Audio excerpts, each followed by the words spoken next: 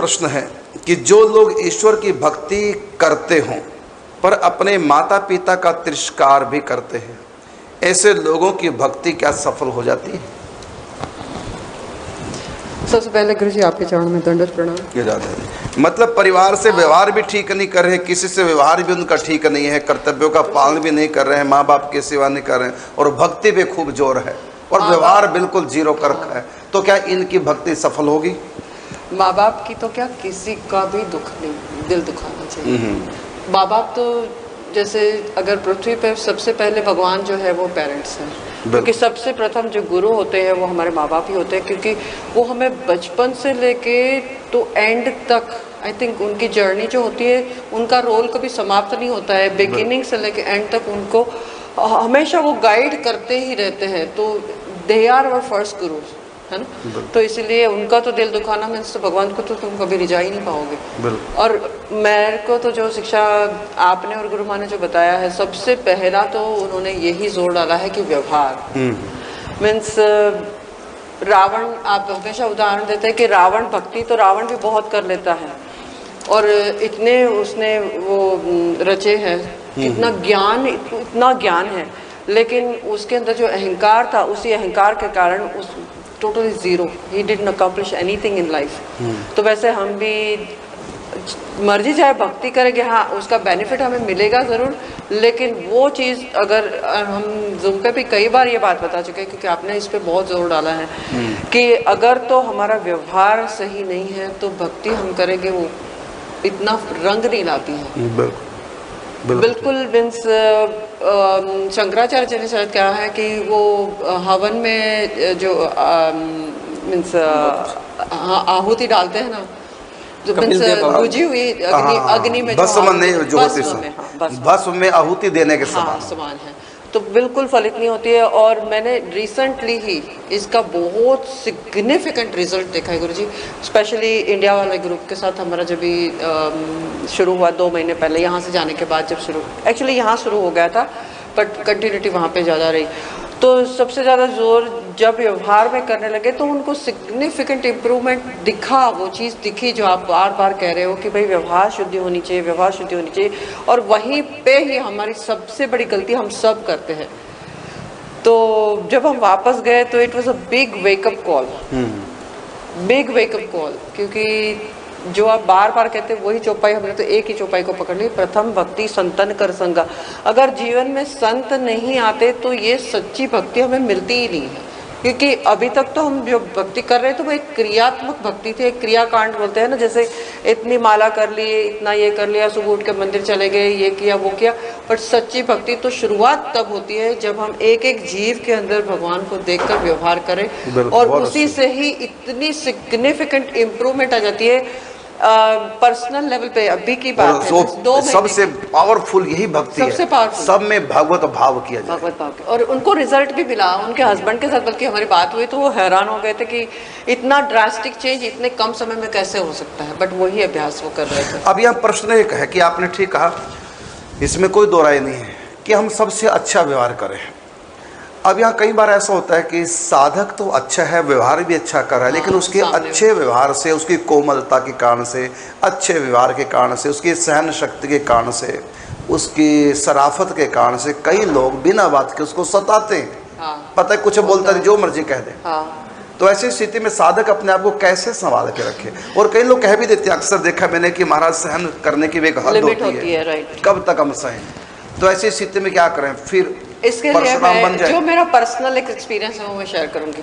इसके लिए जो मैं अभ्यास करती हूँ, जो सिखाया गुरुजनों ने, तो मैं उसमें पर्सनली क्या करती हूँ कि when I am dealing with them, जब मैं डील कर रही हूँ, मुझे पता है वहाँ से आ रही हीट आ रही है और बहुत कुछ हम सह भी लेते हैं, लेकिन हम देखते ठाकुर जी को ही है, चाहे उनका व्यवहार और हम सह रहे हैं, हमें पता है कि वो हर्ट भी हो रहा है हमें, लेकिन हम देखते ठाकुर जी के ही है कि वो ठाकुर जी है, इस रूप में आए हैं और हमसे ऐसे व्यवहार कर रहे हैं।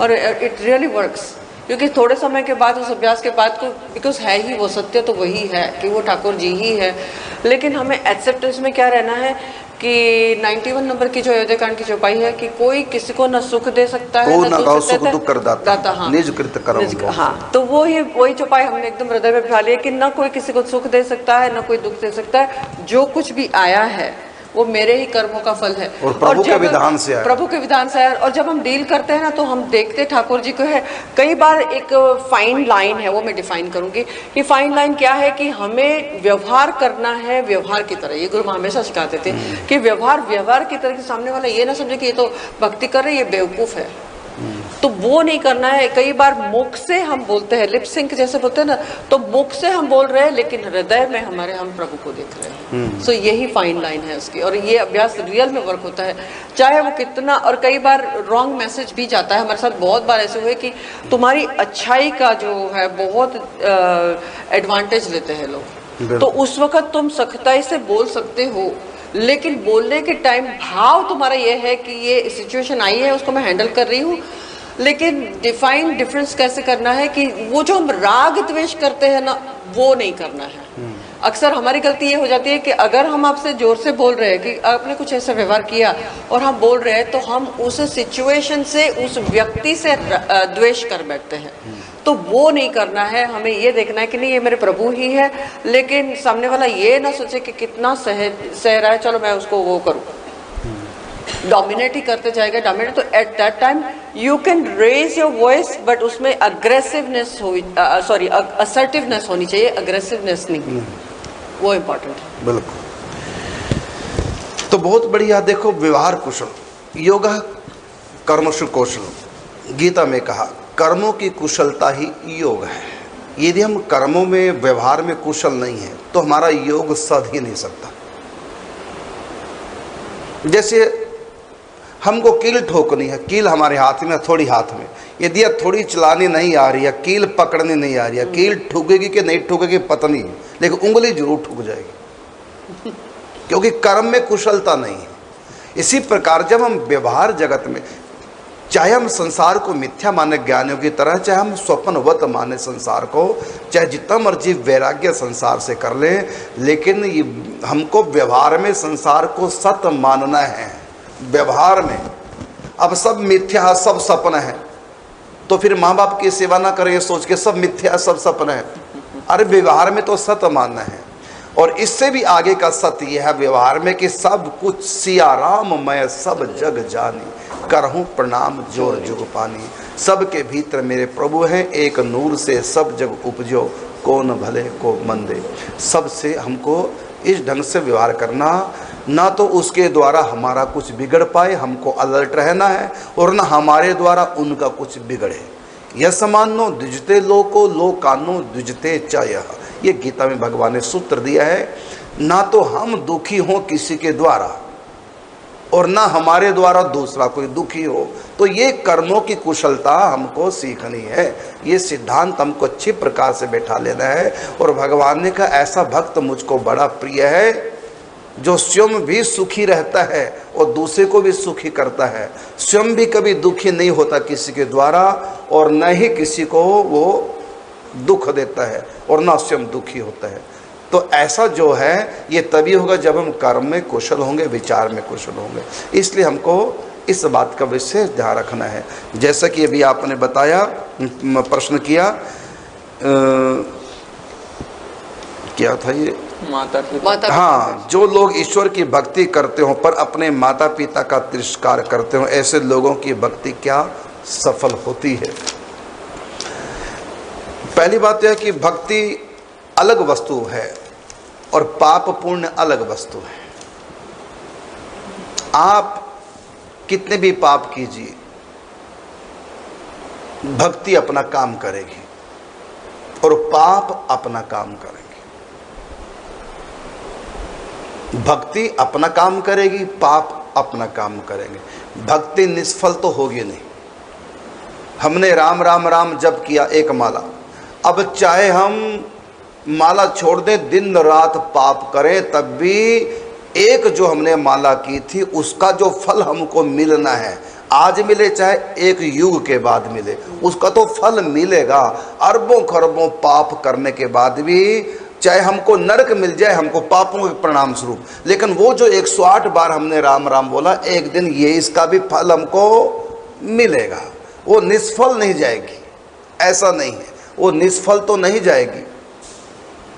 अब कहा कि भस्म में आहुति दे रहे भगवान ने को, तो निष्फल है, भस्म में आहुति देना निष्फल है, लेकिन राम राम जप करना भस्म में आहुति देना नहीं है, ये तो अग्नि में आहुति देना। राम राम भजन कर रहे हैं, है ना, तो इसका तो फल मिलेगा। लेकिन जो हमने दूसरे का तिरस्कार किया, पहले उसका फल मिलेगा, भक्ति का फल बाद में, तब तो कोई फलित तो होगी नहीं जब तक हमको दंड न मिल जाए। इसलिए इस पे मैं कहना चाहता हूँ, बिल्कुल। रूप गोस्वामी जी लिखते हैं, आदौ श्रद्धा ततो साधु सम, ततो भजन क्रिया ततो अनर्थ निवृत्ति स्यात्, तब रुचि।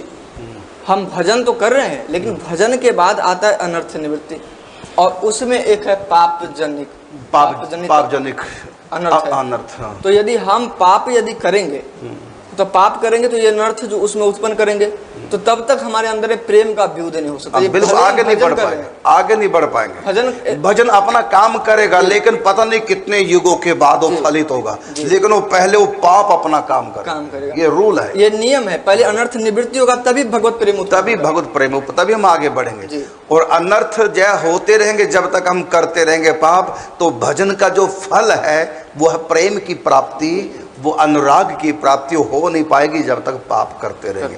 रावण ने भजन में कोई कमी नहीं, रावण के भजन में, रावण की तपस्या में, रावण के यज्ञ में, रावण के ध्यान में, रावण के योग में, रावण के तंत्रिक क्रियाओं में कहीं कोई भी कमी नहीं थी। विद्वान था, लेकिन उसके हृदय में राम अनुराग प्रकट नहीं हो पाया। कारण क्या? विधि तो पूरी थी, लेकिन वो जो अनर्थों की निवृत्ति, भजन क्रिया के बाद जो अनर्थ होते हैं, वो भजन को फलित होने नहीं देते। तो रावण का भजन फलित नहीं हो पाया, क्योंकि उसके जो पाप थे वो अनर्थ बन करके उसके भजन को आगे बढ़ने से, वो अनुराग होने से रोक दिया। तो भजन का फल तो मिलेगा, लेकिन पहले पाप का दंड, पहले उनको मृत्यु दंड मिला, पाप का दंड मिला। और जब तक वो जिया तब तक टेंशन में जिया, अंत में टेंशन में समाप्त हो गया।